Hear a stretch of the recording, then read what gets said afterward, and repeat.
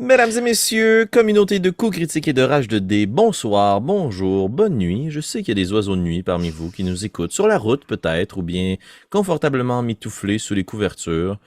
Peut-être pas le meilleur spot pour écouter une game comme celle-ci. Moi, tout seul dans le noir, j'aurais peur, mais vous êtes courageux.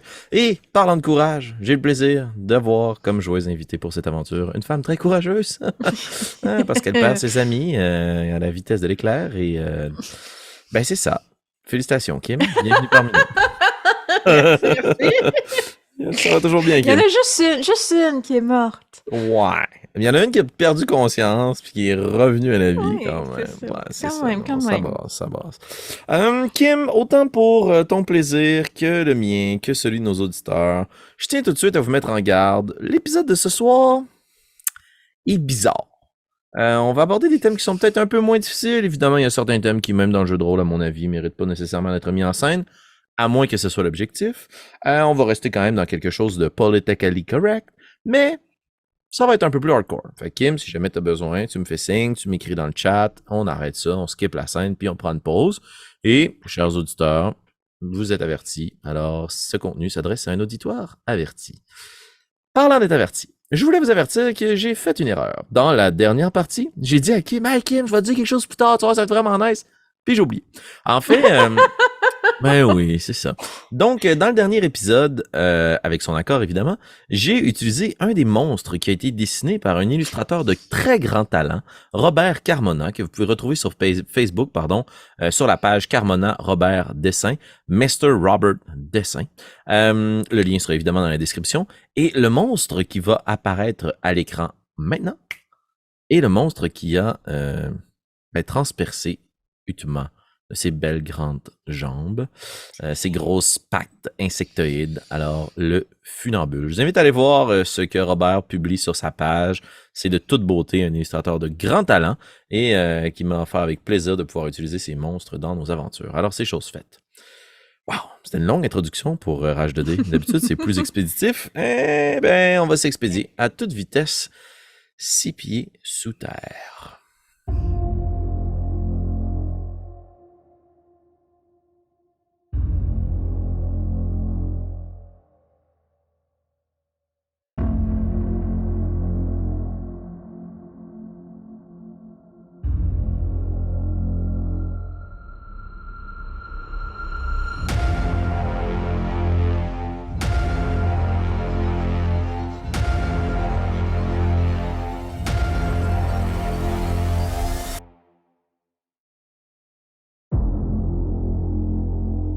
Dans le dernier chapitre de cette aventure qui, bien qu'elle porte le nom de 6 pieds sous terre, se déroule à plusieurs kilomètres sous la surface de la Terre, vous êtes désormais 6 pieds sous terre, puisque 2 des pieds des compagnons sont maintenant empalés sur une créature derrière vous. Vos 6 petits pieds de petit être dans les profondeurs visent à trouver ce qui sème autant d'émoi et de terreur, de violence même, dans les profondeurs du monde de sombre terre. Dans les derniers épisodes, votre groupe s'est faufilé, s'est frayé un chemin à travers justement les cavernes et les grottes, à travers les stalagmites et les stalactites, qu'on est très fiers de bien prononcer, jusqu'à l'embranchement vers le tunnel du pic de la dague de fer, dis-je bien. C'est le dernier point que t'avait indiqué l'aïeul de ton village alors que tu quittais Noir de Jet. Tu devais justement te rendre à cet endroit puisque dans le long couloir que vous avez aperçu, il semblerait que c'est à cet endroit qu'un affaissement, un glissement de terrain, a laissé transparaître l'entrée vers une crypte qui devait rester bouchée, mais qui depuis peu, suite à de grandes perturbations dans le sol, s'est rouverte. Gwendoline. J'allais t'appeler Bélévoria, mais non, ça c'est une autre petite personne. Gwendoline, tu as terminé le dernier épisode, le dernier chapitre, après cet affrontement contre le funambule, en apercevant des images qui n'appartenaient pas à la réalité, mais une créature qui, elle, était bien réelle. Une espèce de créature mi-humanoïde, mi-fungus, au crâne comme une grande secoupe, un grand dôme, une demi-sphère sur sa tête, qui recouvre des épaules moisies, visqueuse. Elle est acotée sur un grand bâton, une grande branche, ce qui est très très rare dans les profondeurs. Probablement une racine solidifiée d'une quelconque façon. Et elle t'a mise en garde. Elle a surtout demandé ton aide pour réparer une erreur de jadis. C'est ainsi que votre groupe s'est retrouvé avec un compagnon en moins, mais un guide en plus, et que plutôt que de prendre le chemin du pic de la dague de fer, vous avez été invité à longer le mur de la caverne vers une destination qui était inconnue. Gwendoline, j'aimerais savoir, avant de se lancer dans cette direction, à quoi pense Gwendoline et quelle est ton attitude vis-à-vis ce chemin qui vous est proposé? Parce que dans son message, il fait en premier lieu référence à la mort rampante, puis tu sais, j'imagine que je suis déjà au courant des menaces qui ont lieu au-dessus, puis qui attaquent nos soi-disant alliés. Je suis quand même perplexe par rapport aux réponses que Orina m'a données, ou ne m'a pas données en fait, parce qu'elle ne disait pas grand-chose. Fait que je suis quand même très intriguée. Puis en premier lieu, je dirais que ma loyauté va d'abord et avant tout au repreneur. Puis tout ce qui va au fond, contre le fait que le repreneur reprenne des vies, puis que tout le monde fasse abstraction de ça, ça va être ma priorité, c'est de régler ça, peu importe qui est impliqué et comment. Là. Fait que je dirais que je suis un peu dans cette idée-là, puis je me dis que je risque d'avoir plus de réponses en suivant cet être étrange que Orina osait me donner ou voulait me donner, parce que c'est ça, c'était un peu la langue de bois. Très bien, très bien. Alors, fidèle au repreneur, justement, ta foi je dirais que ta foi se concrétise peut-être au cours des dernières heures de ton périple. Ça fait peut-être dur à dire puisque le jour n'existe pas vraiment, mais peut-être l'équivalent d'une journée à la surface que vous êtes parti de Noir de Jet. Peut-être un peu moins, peut-être un peu plus. Le temps est devenu une chose très floue à travers cette grande cave remplie de pics acérés. Mais une chose est certaine, dans ces dernières heures ou cette dernière journée, tu as été confronté, ou plutôt tu as aperçu le repreneur, à quelques reprises. Une fois, tu lui as fait don d'une âme pour en sauver une autre, et à un autre moment, tu l'as peut-être aperçu, alors que la vie quittait les yeux doutement, venir l'amener dans l'au-delà. Tu suis donc ton guide qui s'appuie avec difficulté sur cette grande tige de bois, et au moment où tu arrives devant ce grand tunnel, ce qu'on pourrait qualifier d'un grand tunnel, peut-être d'égout, anciennement peut-être une façon d'avoir accès à l'eau qui devait remplir cette cave. Tu vois ce grand tunnel sinueux se perdre très au loin, et bien que ta vision soit acclimatée à la noirceur, tu vois que ce tunnel est plus noir que noir. Je t'inviterai quand même, Gwendoline, à faire un jet de perception, s'il te plaît. Parfait. C'est un 10. 10. Tu fermes les yeux pour tendre l'oreille, t'entends que le bruit de quelques gouttelettes, signe que l'humidité est bien empreinte dans les lieux. Peut-être quelques rocailles, c'est peut-être un rat ou une autre créature du genre. Très creux peut-être pour avoir des rats, peut-être plus une chauve-souris ou tu l'espères pas un autre insecte gigantesque. Mais rien ne semble attirer ton attention, à l'exception de la voix que tu entends dans ton esprit. Venez, ne tardez pas. Puis tu aperçois à ta droite cette créature de champignon qui te guide pour longer le mur. Elle ne rentrera pas dans le tunnel. Je ne te forcerai pas de suivre cette narrative, Gwendoline. Est-ce que tu décides de répondre à l'invitation du Myconide? Oui. J'ai l'impression que s'il y a des réponses à avoir, ça va être ce chemin-là qui va m'y mener le plus rapidement. Très bien. Alors, tu fixes le grand tunnel, sachant que la destination de ta mission se trouve devant toi, et tu décides de longer le mur à ta droite. Et sur tes talons, 2 autres petits êtres te suivent. Vous passez, comme je l'expliquais plus tôt, dans des espèces de nuages de sport qui affectent ton esprit, ta perception du monde autour de toi.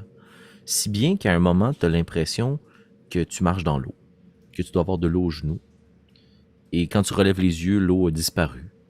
Comme si une drogue psychédélique venait alterner justement ta vision du réel et du faux. Et bien que ce soit peut-être difficile à imaginer, je t'invite à plonger dans ton esprit pour tenter de te convaincre, Kim, de ce que Gwendoline vit. Qu'est-ce qui est vrai maintenant? Si ce que tu vois autour de toi change quand tu changes l'angle de ta vue, sur quoi est-ce que tu peux te fier et te reposer? Et tandis que tu avances et que tu as cette réflexion, t'entends Willy derrière toi. Ah, si seulement j'avais pu lancer ce sort correctement, j'aurais peut-être pu sauver la vie du Tuma. Ah, je suis un bon à rien. Je ne peux pas croire que c'est moi qu'ils ont envoyé ici.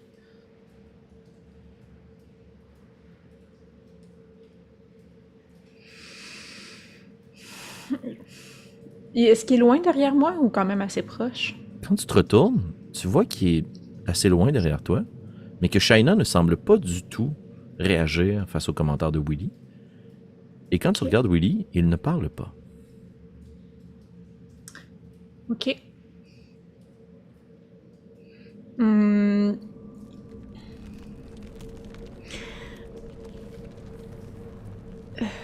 Willy, Shayna, je ne sais pas ce qu'on vous a dit pour vous convaincre de me suivre dans ces profondeurs, mais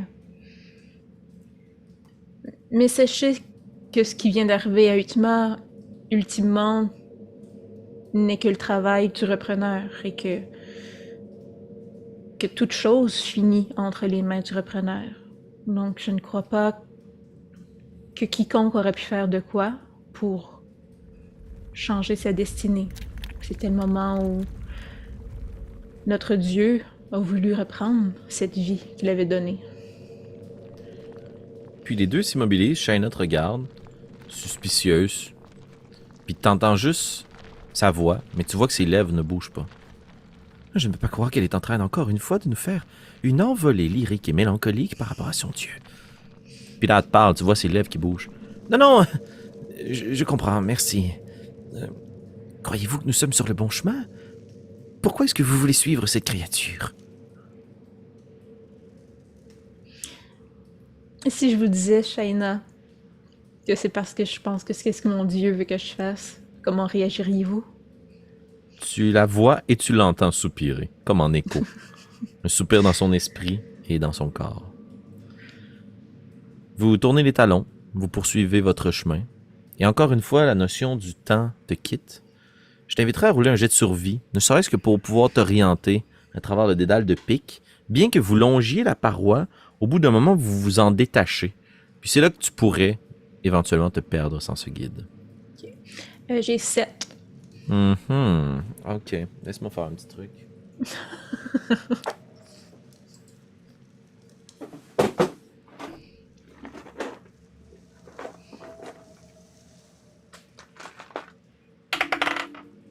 Ok. Tu continues à progresser, peut-être perdu dans tes pensées, puis en fonction de ce à quoi tu penses, t'entends des réactions derrière toi. Puis si tu ne l'avais pas déjà compris, tu prends conscience que vos esprits sont étrangement connectés. Et au bout d'un moment, il y a Shaina qui te tape sur l'épaule puis qui te redirige dans la bonne direction, tandis que tu allais te perdre dans les pics et ne plus suivre le myconide.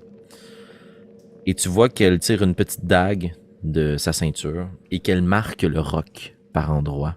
Ne serait-ce que donner des petits coups de ciseaux pour pouvoir, soit avec le manche pour en casser des morceaux, soit avec la pointe pour pouvoir marquer le roc ou le sol, question de pouvoir éventuellement retrouver son chemin. Et au bout d'un moment, c'est tes oreilles qui te renvoient en écho un bruit que tu avais perçu peut-être comme familier dans l'environnement. Comme quand on réalise pas qu'il y a quelque chose qui roule autour de nous ou qui émet un son quelconque, et tu te rends compte que c'est de l'eau.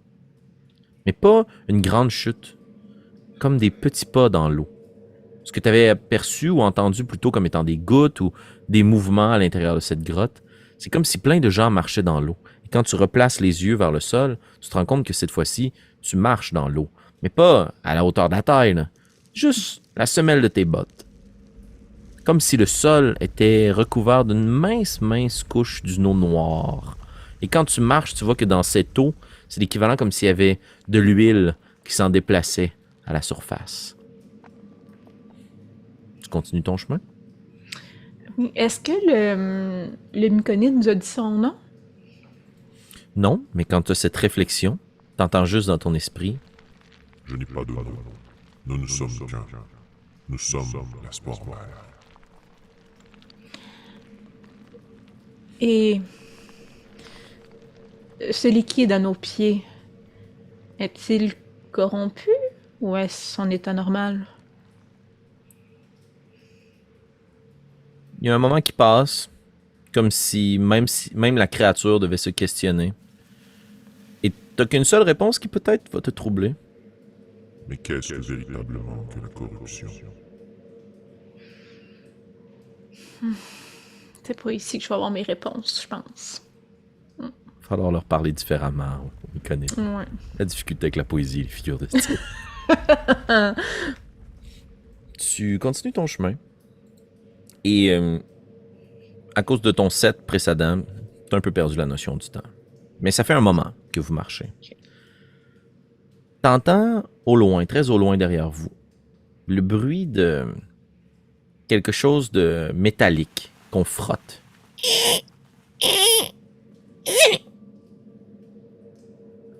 Qui se répercute en écho dans la grotte. Tu poursuis, tu serpentes, tu te perds encore une fois dans tes pensées. Sans trop nous attarder, tu vois que la réflexion de tes deux collègues derrière toi est maintenant très franche. Ils sont convaincus que menés par quelqu'un qui est si adorateur du repreneur, ils sont voués à une mort certaine, et votre mission est vouée à l'échec. Vous marchez, et au bout d'un moment, tu te rends compte qu'il n'y a plus qu'un seul chemin possible devant toi. Comme si les stalagmites et les stalactites étaient si près, mais tu te rends compte que leurs pics sont moins grands, moins pointus, plus longilignes, comme si de grands cylindres t'entouraient. Et tu remarques qu'à la tête de ces cylindres, il y a des chapeaux semblables à la créature qui vous guidait. Tranquillement, les pics de pierre ont laissé place à quelque chose de plus organique, et tu es maintenant entouré d'une forêt de champignons, grisâtres, moisis. Pas très sains, nécessairement, ni très colorés, et assurément pas lumineux.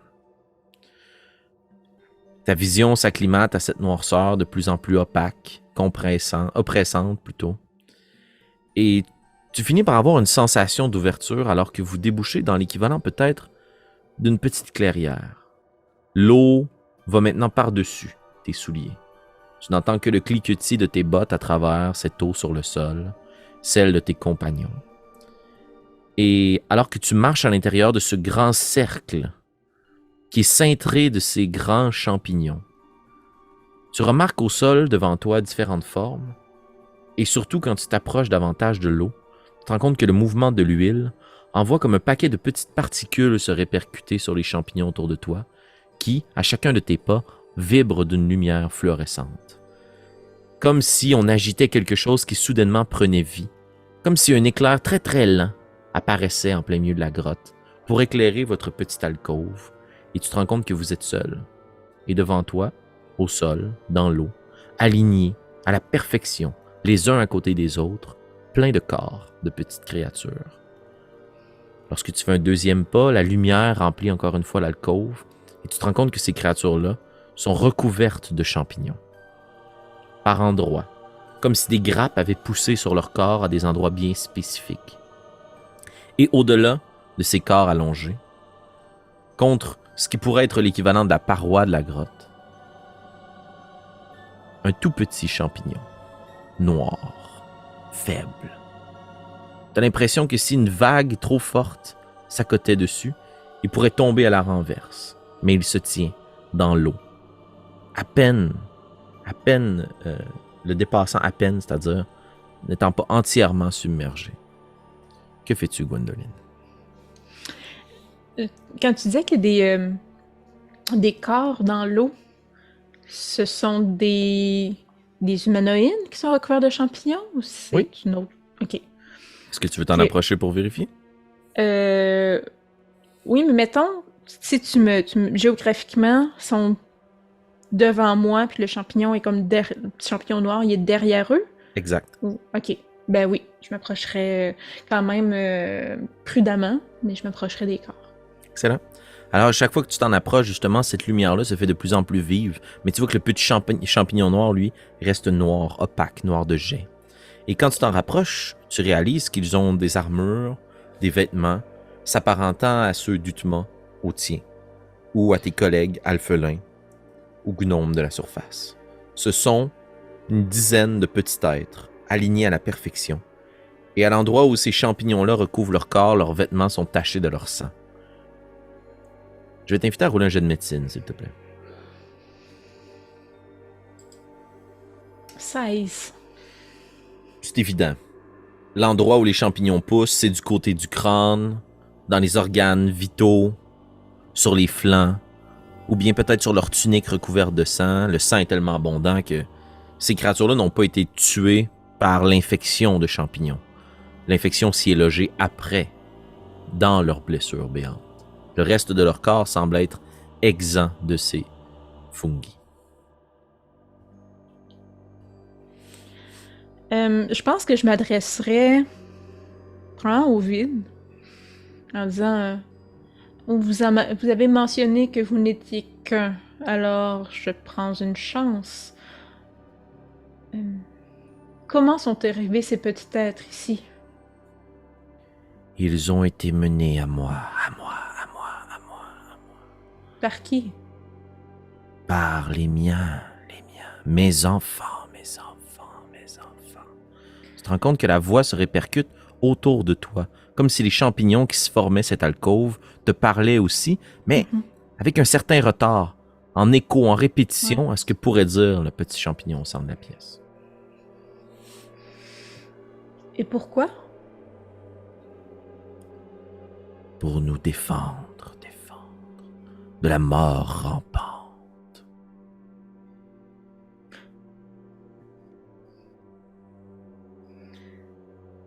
Et que pouvons-nous faire, nous, pour arrêter la mort rampante?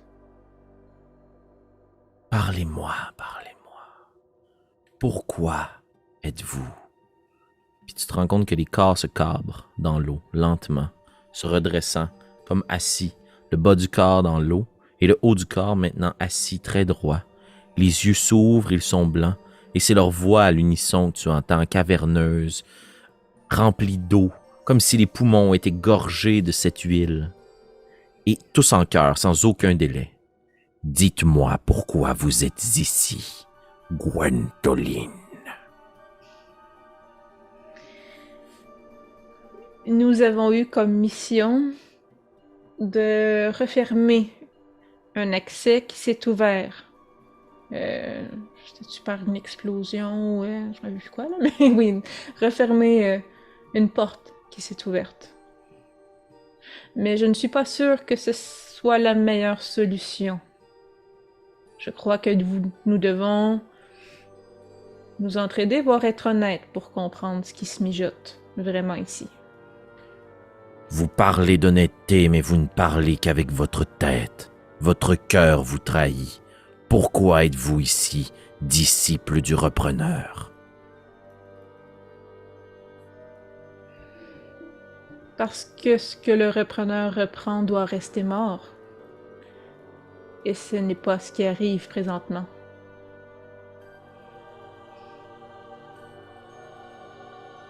Tu te rends compte autour de toi que malgré que vous êtes plongé dans une quasi-noirceur, à chacune de tes paroles, les champignons vibrent un petit peu d'une lumière. Et à chaque fois qu'ils vibrent, tu as l'impression que c'est de plus en plus opaque.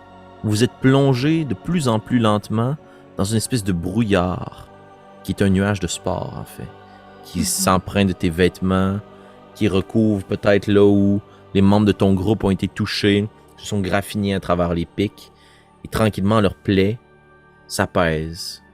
Et tu te sens toi aussi très calme, très confortable. Il n'y a pas de violence ici. Il n'y a que la curiosité de la spore-mère.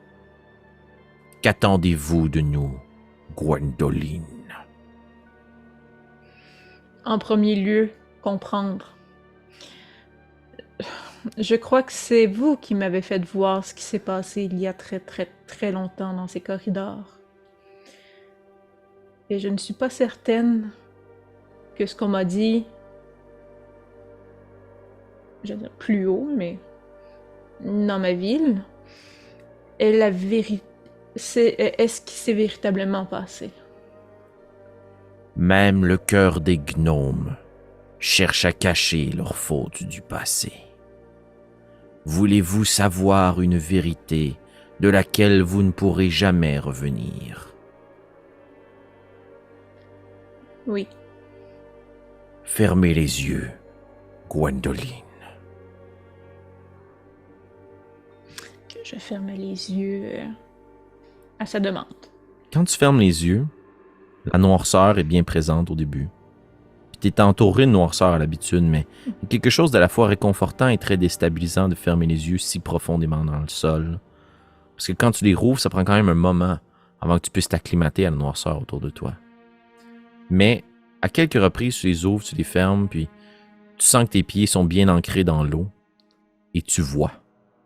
Tu vois comme une image qui proviendrait de ton esprit, la plus claire et la plus limpide.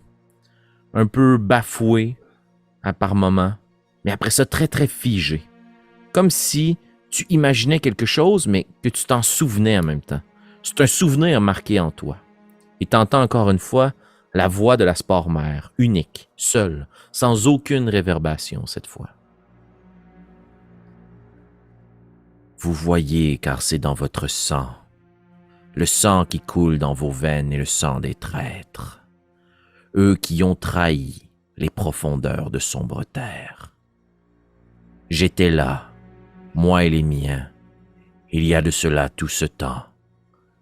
Il y a 8000 lunes de la surface qui ont éclairé le monde des hommes, alors qu'ici nous étions plongés dans la noirceur. Votre peuple nous a trahis. Ce qui devait rester enfoui à jamais a été ouvert.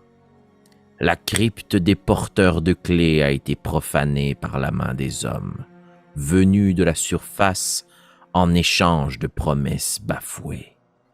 L'aigle bicéphale vous a charmé d'une bouche et dévoré de l'autre. Il vous a promis un territoire plus vaste et plus sombre encore. Il vous a promis son aide contre les nains à la peau grise et les elfes aux yeux mauves. Il vous a promis des armes et des défenses contre les manipulateurs d'esprit. En échange, il ne désirait qu'une arme puissante qui lui permettrait de régner en maître sur la surface. Il aurait fait de votre peuple les rois de sombre terre, mais il vous a trahi. Et aujourd'hui, il utilise encore cette arme contre les êtres de votre taille. Et à travers ces paroles, ce que tu vois, c'est le grand tunnel, très long. Et alors que la voix dans ta tête te décrit cette trahison, tu vois une personne avec une lumière très forte, une torche, ce qui est assez rare puisque ça émet une lumière si puissante que les yeux des gens de ton espèce doivent être recouverts ou plissés. Vous n'êtes pas habitué à autant de lumière, mais sans celle-ci, l'émissaire ne verrait rien. Il s'agit d'un homme aux cheveux noirs qui tombent en cascade sur ses épaules, une tunique riche, bien ajustée, par-dessus laquelle il porte une armure, un plastron. Sur ce dernier, tu remarques une armoirie, un aigle avec une couronne sur un fond mauve. Tu vois que derrière lui, il y a d'autres hommes avec des capuches sur la tête, dans de grandes robes monastiques, ou bien d'autres guerriers dont les armures font refléter de 1000 feux la lumière de la torche. Des hommes dans le tunnel, si creux sous terre. Et à partir du moment où ta vision s'acclimate à la lumière, tu es capable d'apercevoir autour de lui ce que tu pensais faire partie du tunnel, plein de petits gnomes des profondeurs, dont les aïeux de ton village, ceux qui ont laissé place à d'autres aïeux et à d'autres ancêtres. Mais tu les reconnais, ils sont affublés des mêmes robes, des mêmes ornements, des mêmes signes ostentatoires qui font d'eux les maîtres des grandes villes des profondeurs. Et ils marchent comme ça dans le grand tunnel, puis ils tournent dans un tunnel adjacent, un grand escalier qui descend orné tout autour de plein de gravures, des êtres qui semblent transporter des choses en adoration devant des créatures de toutes sortes. Et tu n'es pas quelqu'un, tu es tout le monde. Tu vois tout autour de toi. Si sur place dans cette alcôve, tu te retournes, tu es capable de voir à 360 degrés autour de toi. Et ton regard se fixe vers les profondeurs. Et je vais te demander de faire un jet de perception, s'il te plaît.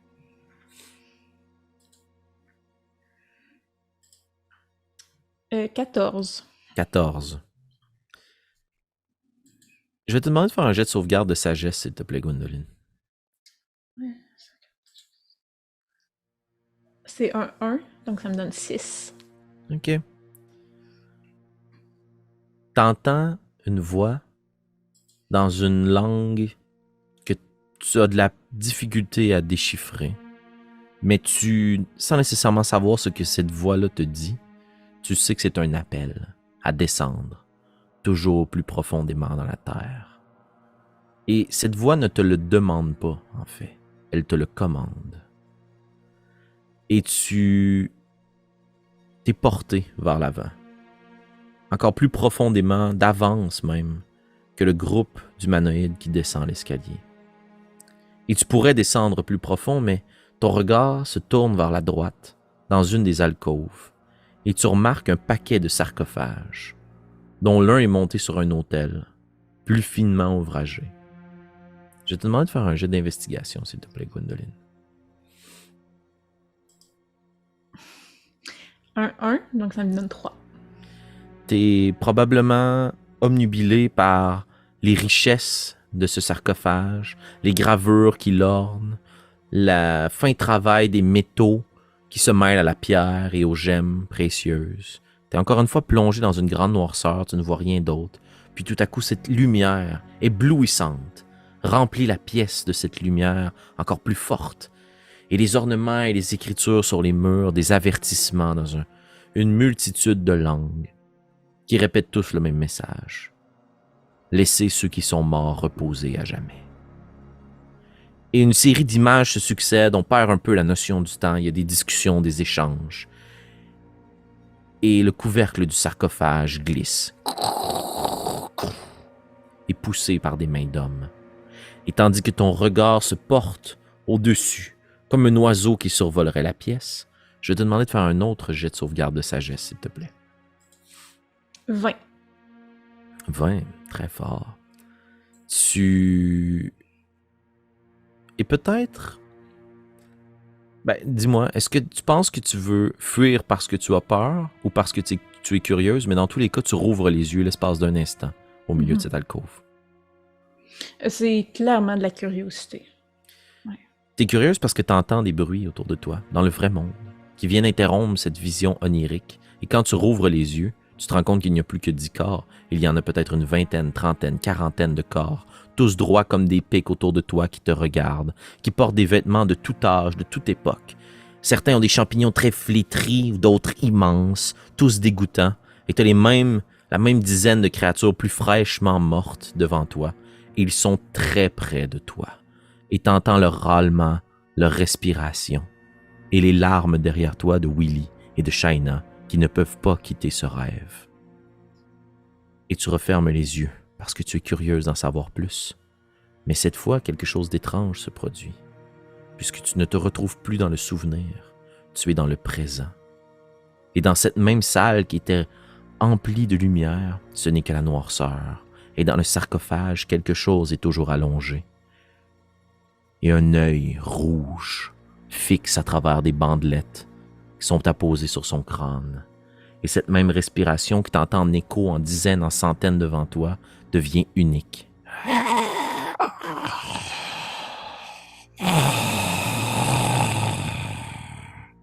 L'œil cherche et il semble te fixer, te voir au-dessus de lui. Qu'est-ce que tu fais? Est-ce que tu ouvres les yeux? Est-ce que tu te laisses plonger dans ce cauchemar? Est-ce que je vois juste un œil? On dirait que c'est la seule chose de cet humanoïde recouvert de bandelettes, le momifié, qui semble être visible Comme si on avait relevé une bandelette à un certain moment et qu'on n'avait pas eu la Ok. force ou le temps de la rabaisser. Puis dans le fond, je suis très. Je suis comme. Je suis un esprit, là. Je veux dire, j'ai pas l'impression Exact. d'être dans mon corps. Ok, parfait. Tout à fait. Je me plongerais, je pense. De. Je combattrais pas, là, je suivrais le courant. OK. OK. J'adore ça. Oh, parfait. Tu plonges vers cet esprit. Et t'entends l'appel de la spore-mère derrière toi, comme un avertissement, mais trop loin. Trop loin. Tu dois savoir. Et tu te plonges dans l'esprit de cette créature. Comme si les spores autour de toi te permettaient de te connecter un peu comme plus tôt avec Willy et Shaina, mais là tu te connectes avec le monstre qui rampe. Et tu vois une lumière éclatante. Tu n'as jamais vu autant de lumière. Tes ancêtres en ont écrit, en ont parlé de cette lumière, la lumière de la surface. Le vent frais qui te fouette et qui claque sur ton visage. Et tu vois, maintenant tu es quelqu'un. Tu es cet être. Dans de grandes toges, avec, sur le blason de sa poitrine, un soleil blanc, sur le fond d'un bouclier jaunâtre. Et tu es sur une côte. Et il y a plein de gens autour de toi, le torse nu. Des hommes, des femmes, des vieillards, même des enfants.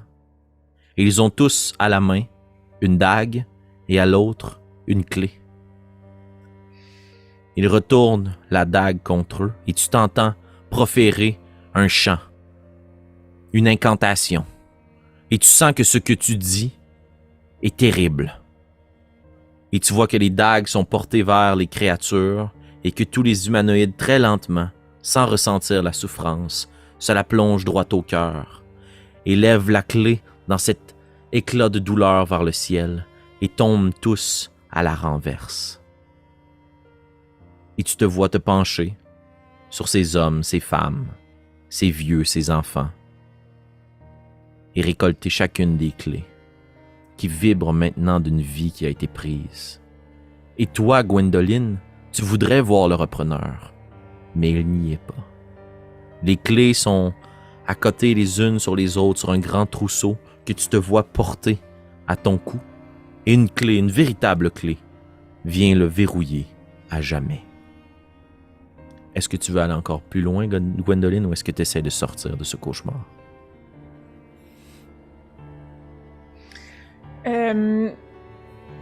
Je continuerai, ouais. Oh. Tu te vois... C'est maintenant la nuit. On est dans un village. Ce n'est plus la lumière du soleil, c'est la lumière des chaumières et des maisons en flammes autour de toi.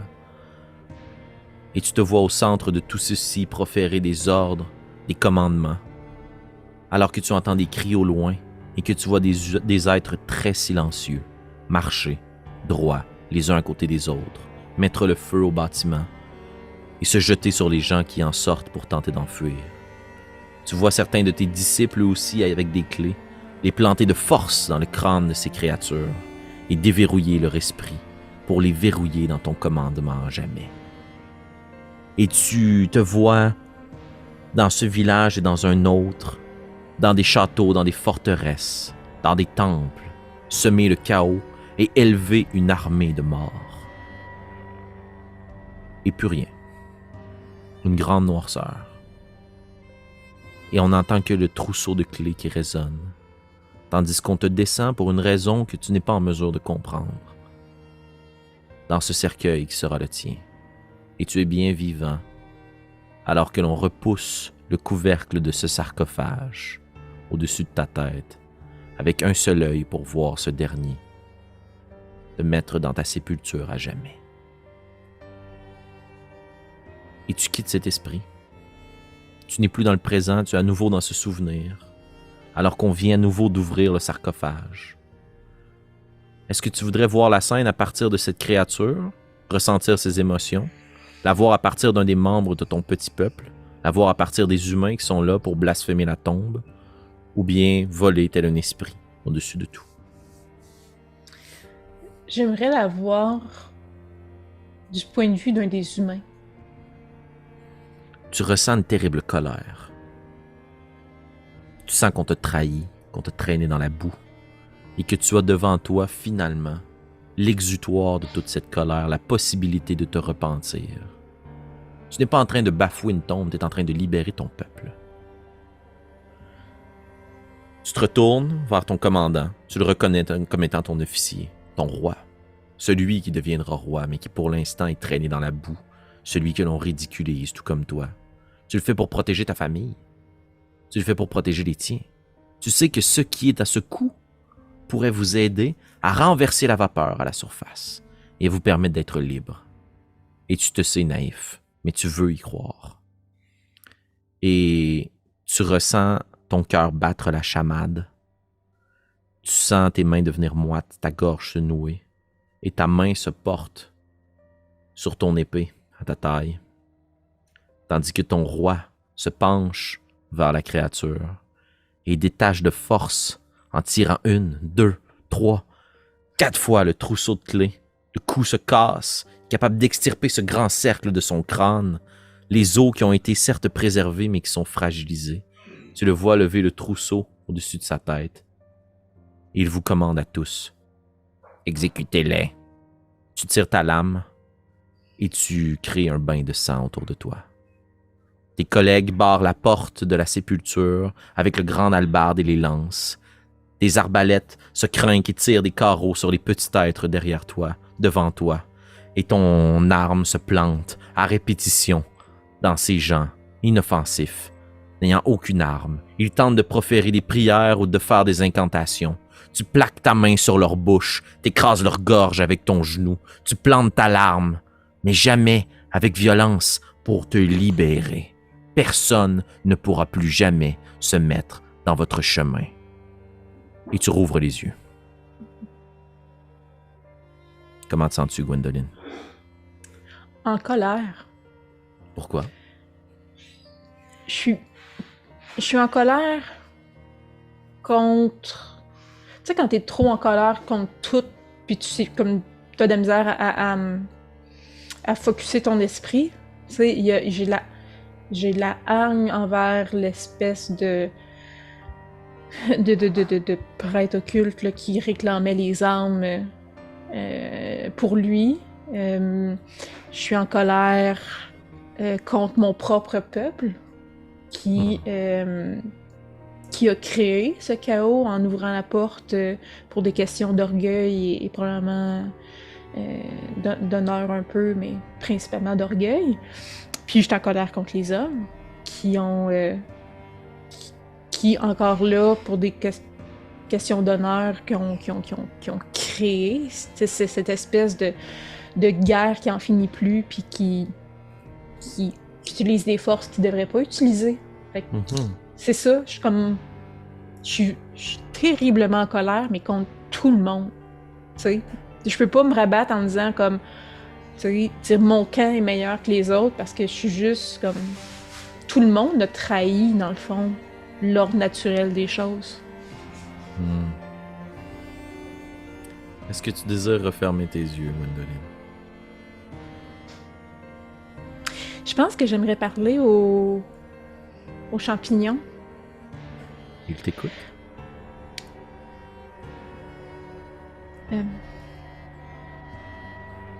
Comment retrouver l'homme qui a ses clés? Comment remettre les clés et les enfermer à jamais? C'est 100 voix qui te répondent autour de toi. Tous ces êtres, petits et grands maintenant, qui sont droits comme des pics à côté de toi. Les pieds bien recouverts d'eau, vous en avez peut-être maintenant en mi-mollet. On ne peut pas retrouver cette clé, ni les autres. Elle est hors d'atteinte. Ils sont trop puissants. Mais ils sont contenus par leur propre cupidité.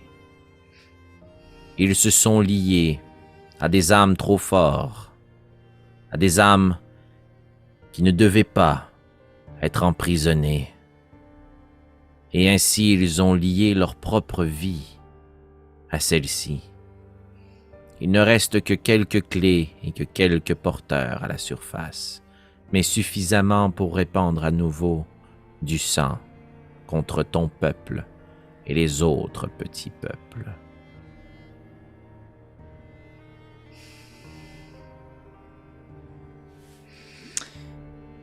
Si je referme les yeux maintenant... En fait, je refermerai les yeux maintenant en espérant suivre le trousseau, genre, voir s'il reste quelques clés à différentes personnes. J'adore ça. Ok. Tu fermes les yeux et tu es dans une grande salle de trône. Tu vois un trousseau qui est distribué. Le trousseau est brisé et les clés sont distribuées, en fait. Tu vois des hommes, des femmes, chevaliers tirer leurs lames et crier à l'unisson « Longue vie au roi !» Grandes banderoles sont déroulées, grandes bannières qui arborent le signe de la monarchie de l'aigle dans ce grand hall. Et tu vois les clés être transportées, ton esprit se divise, les images sont disparates. Tu vois que certaines d'entre elles sont amenées à des forgerons d'exception qui tentent de les reproduire, peut-être en vain, peut-être plus faiblement. Et tu revois ces sacrifices qui sont reproduits à nouveau. Mais cette fois, ce ne sont pas des gens volontaires qui se plantent les poignards dans le cœur. Ce sont des gens qui y sont forcés. Mais les clés contiennent quand même ce pouvoir, cette noirceur. Et tu les vois être replantées par dizaines, par centaines. T'as peur même de croire que c'est peut-être par milliers. Dans la tête de petits êtres, au nord, ou dans la tête de créatures de toutes sortes. Des hommes, des femmes, des êtres félins, de grandes tortues arquées, des hommes lézards, des hommes dragons, toutes des espèces que tu n'as jamais entendu parler ou que tu croyais être de légende, et tous subissent le même sort, déverrouillé, déverrouillé, déverrouillé, déverrouillé, déverrouillé, et les yeux morts se réaniment. Mais ce n'est pas la vie, c'est la haine qui les habite. Et ton esprit se fige sur quelques clés en particulier, dont une qui est au cou d'un grand prêtre, rachitique, squelettique, aux doigts noircis et froids. Il la prend, il la glisse dans sa poche, et il remonte une crypte et t'entends les cris d'une femme derrière. Et tu aperçois un autre homme qui porte les blasons de la monarchie de l'aigle, mais aux couleurs différentes. Et plus rien.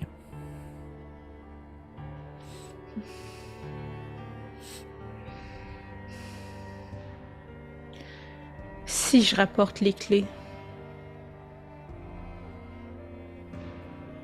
c'est possible d'arrêter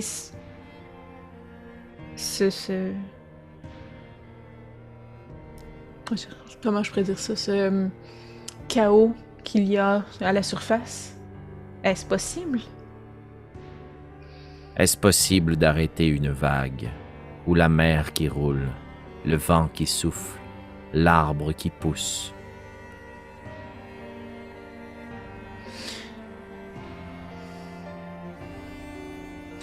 Je vous dirais que la paroi rocheuse peut arrêter la vague, que la noirceur peut arrêter l'arbre qui pousse.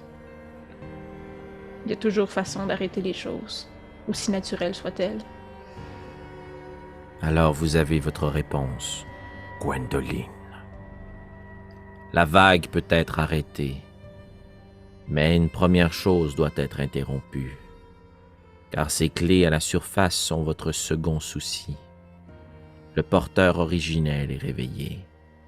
Quelque chose a fait vrombir le sol d'une magie ancestrale. Est-ce que tu veux fermer les yeux, Gwendoline? Oui.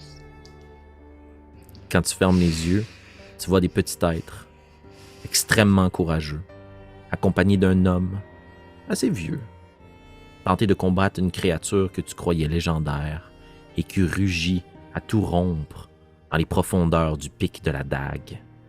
Et à chacun de ses pas, ou lorsque son corps se gonfle d'air et qu'il souffle des flammes autour de lui, tu sens que le tunnel vibre et que les roches derrière toi pourraient céder à tout moment, que ce qui a été fermé plus tôt est fragilisé non pas uniquement par la force de cette créature ailée, mais aussi par la magie ancestrale qui l'habite. Comme si la créature qui est enfermée dans le sarcophage avait retrouvé quelqu'un qu'elle aimait qu'elle avait retrouvé son fidèle destrier, celui avec qui elle allait répandre la mort et les flammes sur terre.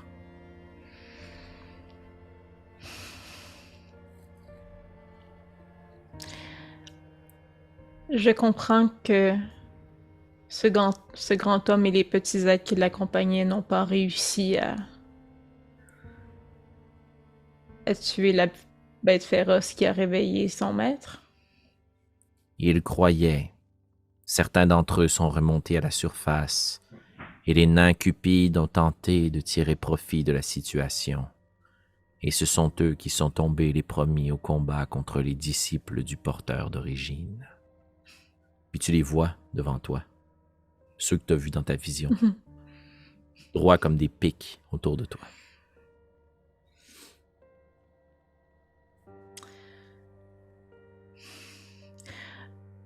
Donc, ma première tâche serait d'aller tuer cette chose. Que vous dit le repreneur, Gwendoline?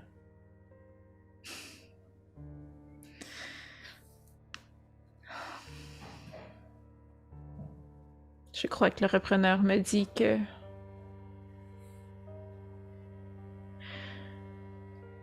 qu'une âme doit être prise, que ce soit la sienne ou que ce soit la mienne en étayant. Au final, le repreneur sera comblé. Le gigantesque lézard de flamme a tenté de remonter à la surface. Il a reçu un ordre que nous ne comprenons pas. Plusieurs de mes compagnons d'époque ont péri sous ces flammes. Puis tu vois plein de petits champignons dans ton esprit flétrir, être carbonisés dans les profondeurs du pic de la dague. Le porteur d'origine attend l'opportunité de remonter à la surface. Si vous le désirez, vous pouvez partir vers la créature ailée, remonter à la surface, tenter de retrouver les clés, ou bien... Et je t'inviterai à fermer les yeux une dernière fois, si tu veux, Gwendoline. Tu sens l'eau qui perle sur ton front. T'entends des cris derrière toi en écho dans le couloir. T'entends les pas frénétiques de plein de créatures qui te pourchassent. Et tu te vois descendre dans le tunnel, saisir à ta taille un petit dispositif, le tourner à plusieurs reprises, le placer contre le mur. Ta main n'est pas la tienne, mais elle te ressemble.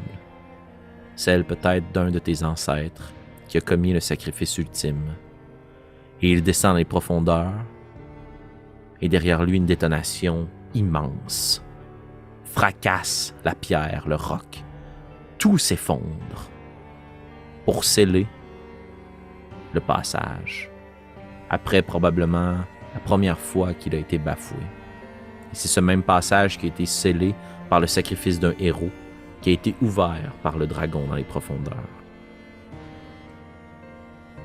Et ce que le champignon te suggère, et ce que tu sais, c'est que tu peux tenter de combattre, mais tu peux aussi tenter de survivre en scellant le tunnel à nouveau et essayer de trouver une sortie dans les profondeurs. Si le tunnel scellé a été rouvert par la créature, comment pouvons-nous nous assurer qu'il ne sera pas ouvert de nouveau? La réponse que tu obtiens te perce le cœur. Puis tes collègues derrière toi l'entendent aussi.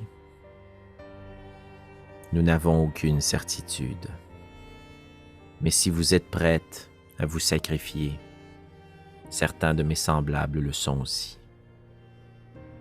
Nous pourrons recouvrir cette paroi de nos propres corps. Je suis prête à partir.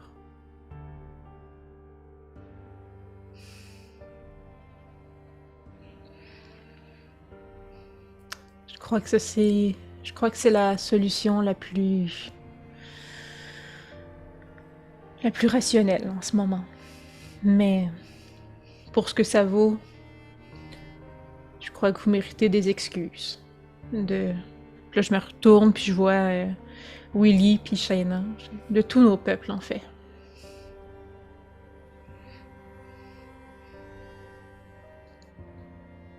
Je vous pardonne, petit peuple. Merci. Vous faites honneur à votre sang et vous réparez l'erreur de jadis. Allez en paix, Gwendoline, disciple du repreneur, héroïne des petits peuples. Allez en paix aussi.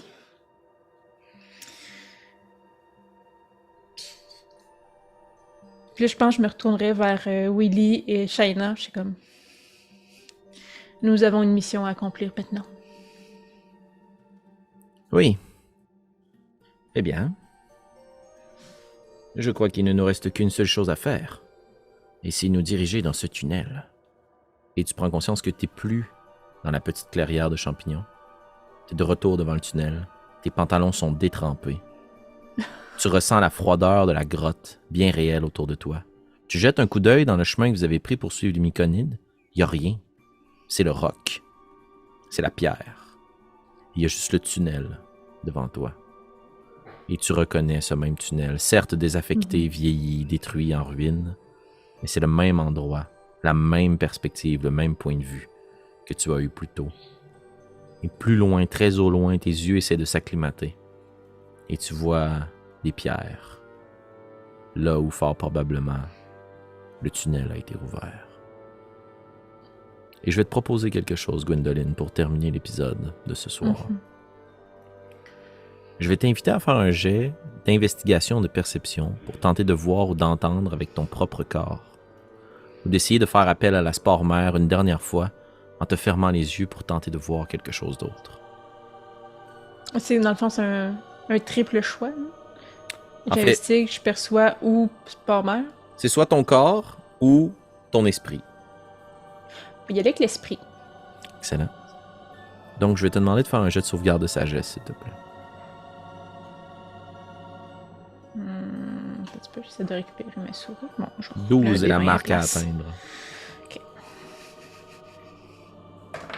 Oh, c'est un 21. Fantastique. Tu es capable de résister à la tentation de te replonger dans son corps, dans son esprit. Mais tu le vois. Dans cette même posture fantomatique que tu avais plus tôt, qui volait au-dessus de tout. Tu vois cette créature qui était couchée dans son sarcophage, avec l'œil jaune qui fixe le vide, se relever, tendre une main dans ta direction. Puis tu l'entends tenter de murmurer quelque chose, tu vois qu'elle déchire les banderoles, les bandelettes qu'elle a devant la bouche, le crâne est squelettique, et à l'intérieur de sa bouche, là où il devrait peut-être y avoir le reste d'une langue momifiée, elle est tranchée, coupée, et t'entends juste dans ton esprit une demande. Ramenez-moi la clé. Ramenez-moi la clé. Ramenez-moi la clé. Et un cri qui te fait ouvrir les yeux et que tu entends en écho dans le couloir aussi. C'est ainsi qu'on va terminer l'épisode 3 de 6 pieds sous terre, Gwendoline. What? Ah, une bombe atomique d'explication. Ouais. Je voulais des réponses, j'en ai eu. Puis pas juste sur ta propre quête, je pense sur plein de Non. liens aussi dans C'est l'univers de Rage 2D. Je me devais de t'offrir ça à toi qui soutiens cette aventure et cet univers depuis le tout début. Merci. Et à vous aussi, Voilà. chers auditeurs, qui suivez la chaîne de Rage 2D depuis nos premières aventures. Vous avez peut-être reconnu quelques clins d'œil et vu la possibilité aussi de d'autres aventures à la surface. Sachant qu'est-ce qui va se passer, on verra bien dans le prochain épisode de 6 pieds sous terre. Merci d'avoir été là. À très bientôt. Ciao.